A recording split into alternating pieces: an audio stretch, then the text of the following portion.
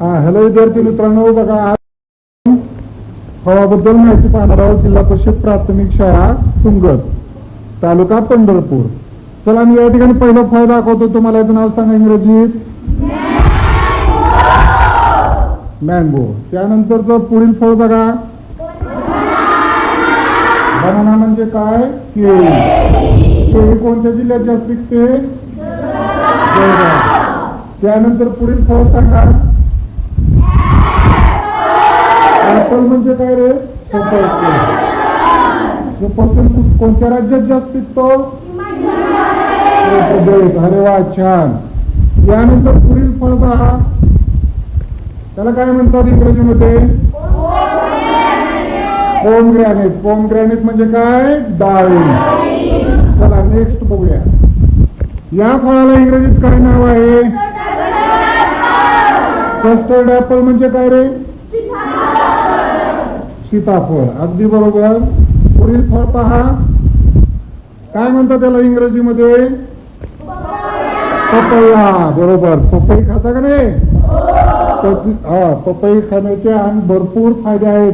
रोग प्रतिकार शक्ती वाढते, पचन चांगलं होतं. त्यानंतर पुढील फळ पहा, ग्रेप. कुणाकुणाला आवडतात ग्रेप? द्राक्ष जास्त कुठं कोणत्या जिल्ह्यात पिकतात रे? चला पुढचं फळ पाहिजे. हे तर सर्वांनाच फळ माहिती आहे. वॉटरमेलन. म्हणजे काय रे? कलिंग. आता उन्हाळा चाललाय, सगळ्यांना आवडतं, बरोबर. त्यानंतर आता बघा पुढचं फळ तुम्हाला दाखवतो. या फळाला काय म्हणतात बघूया, कुणाला जमतं काय? बरोबर आहे. काय आहे? जॅकफ्रूट. जॅकफ्रूट म्हणजे काय? फणस.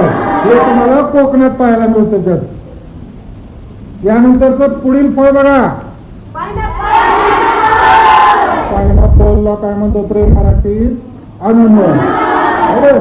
हे सुद्धा फळ बघा, आपलं खाल्ल्यानं रोग प्रतिकार शक्ती वाढते, पचन शक्ती वाढते. त्यानंतर बघा पुढील फळ काय?